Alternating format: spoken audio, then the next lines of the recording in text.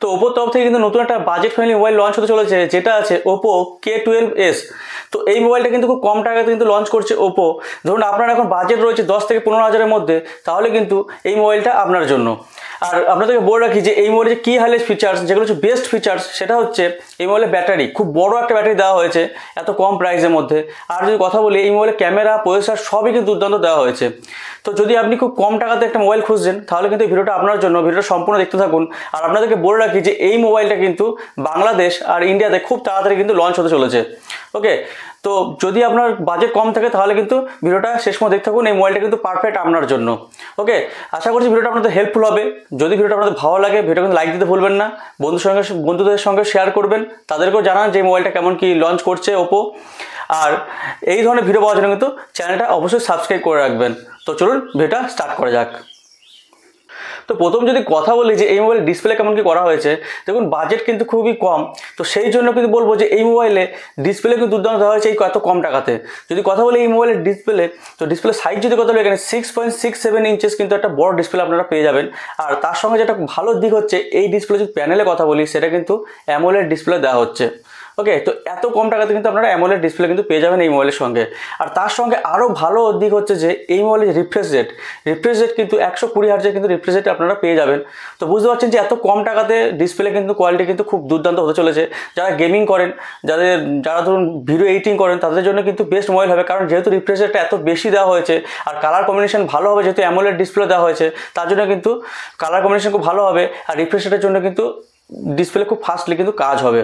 ওকে, তো চলুন এরপর কথা বলি যে এই মোবাইলের যে প্রসেসর, যেটা হচ্ছে একটা কি হাইলাইট ফিচার্স, যে প্রসেসর যদি কথা বলি এই মোবাইলের, যেটা আছে কোয়ালকম স্ন্যাপড্রাগনের তরফ থেকে দেওয়া হচ্ছে, যেটা আছে 6 Gen 4। তো আপনারা জেনে থাকবেন 6 Gen 4 কিন্তু অ্যান্তুতু বেঞ্চমার্ক অনেক বেশি, আর খুব ফাস্টলি কিন্তু কাজ হয়। আপনারা যদি নর্মাল যদি গেমিং করতে চান, গেমিং কিন্তু খুব ভালো করতে পারবেন মিডিয়াম গ্রাফিক্স সেট করে। তো আপনারা আছে সেগুলো কিন্তু আপনারা খুব ভালোভাবে কিন্তু মিডিয়াম গ্রাফিক্স সেট করে কিন্তু আপনারা খেলতে পারবেন এই মোবাইলে খুব ভালোভাবে। ওকে, তো এরপর চলে আসি যে এই মোবাইলের ক্যামেরা। তো ক্যামেরা যদি কথা বলি, এখানে ডুয়েল রিয়ার ক্যামেরা দেওয়া হয়েছে, যেটা আছে 50 মেগাপিক্সেল যে প্রাইমারি সেন্সর দেওয়া হয়েছে। আর যেটা আছে যে মাইক্রো লেন্স বা ডেপথের যে কথা বলি আমরা, যে পোর্ট্রেটের জন্য যে সেন্সরটা দেওয়া হয়েছে, সেটা কিন্তু 2 মেগাপিক্সেল। তো আপনারা জেনে থাকবেন 2 মেগাপিক্সেল যেসব ক্যামেরা দেওয়া হয়, সে ক্যামেরা কোনো কাজ হয় না।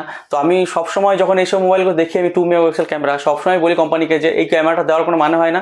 এর থেকে এই কস্ট কাটিং করে দিন, দাম কমিয়ে দিন, এই ক্যামেরা না দিয়ে, বা এই ক্যামেরাটা না দিয়ে অন্য কোনো ফিচার্স দেওয়া হোক মোবাইলে।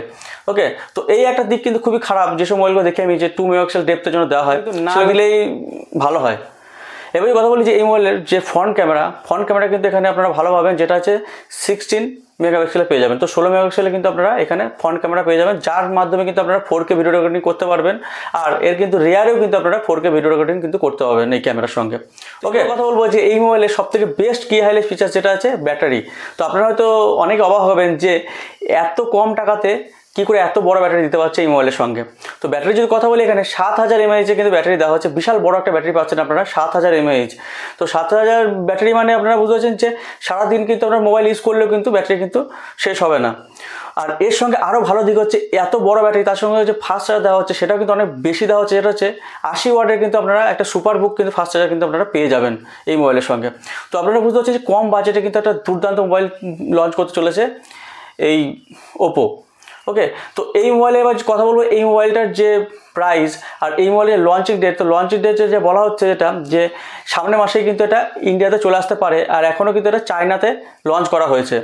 ওকে, তো এবার যদি কথা বলি যে প্রাইস, তো প্রাইসের যদি কথা বলি, এখানে চায়নার যে প্রাইস, তো সেই অ্যাকর্ডিং কিন্তু আমরা হিসাব করে নিতে হবে।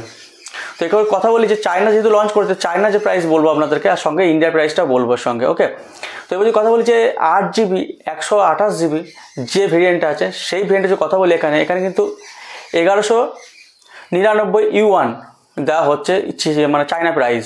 তো এই প্রাইসের কথা বলি এখানে যে ইন্ডিয়া কত হবে, ইন্ডিয়া কিন্তু 13,990 টাকা কিন্তু হবে, 1100। এবার যদি কথা বলি যে আরেকটা যে ভেরিয়েন্ট আছে, যেটা হচ্ছে 8GB 256GB, এই ভেরিয়েন্টের যদি কথা বলি এখানে যদি কথা বলি যে চায়না প্রাইস, সেটা কিন্তু 1399 ইউয়ান কিন্তু আছে প্রাইস, চায়না প্রাইস। তো এটা কিন্তু ইন্ডিয়ার যে প্রাইস হবে, সেটা কিন্তু হবে 16,320 টাকা। ওকে, তো আরেকটা ভেরিয়েন্ট যেটা আছে 12GB র্যাম, আর যেটা আছে 256GB মেমোরি, সেটা যদি কথা বলি 1599 ইউয়ান, তো এটার যদি কথা বলি যে ইন্ডিয়া প্রাইস, এটা কিন্তু 18,650 টাকা কিন্তু ইন্ডিয়া প্রাইসে কিন্তু হবে। তো আর একটা যে লেটেস্ট যে ভেরিয়েন্টটা আছে সেটা কিন্তু 12 জিবি র্যাম আর 512 জিবি কিন্তু মেমোরি আছে। তো এর যদি কথা বলি চায়না প্রাইস, এর কিন্তু 1799 ইউয়ান কিন্তু প্রাইস কিন্তু পড়বে চায়না প্রাইসে। তো এর কথা হবে যে ইন্ডিয়া কারেন্সিতে কত পড়বে, কিন্তু 20,990 টাকা কিন্তু এর প্রাইস কিন্তু পড়বে। ওকে, স্ক্রিনেও কিন্তু দেওয়া আছে, আপনারা দেখে নিতে পারবেন যে কত কি প্রাইস পড়বে এই ভেরিয়েন্টগুলো, যেহেতু 4টে ভেরিয়েন্ট কিন্তু লঞ্চ হচ্ছে এই মোবাইলটার। ওকে, তো আশা করছি পুরো বিষয়টা আপনাদেরকে ক্লিয়ারভাবে বোঝাতে পারলাম। তো এই মোবাইলটা কেমন কি লেগেছে, এই মোবাইলটা যে লঞ্চ হলে আপনারা কতটা ইন্টারেস্টেড নেওয়ার জন্য, সেটা কিন্তু আমাকে কমেন্ট বক্সে কমেন্ট করে জানাবেন।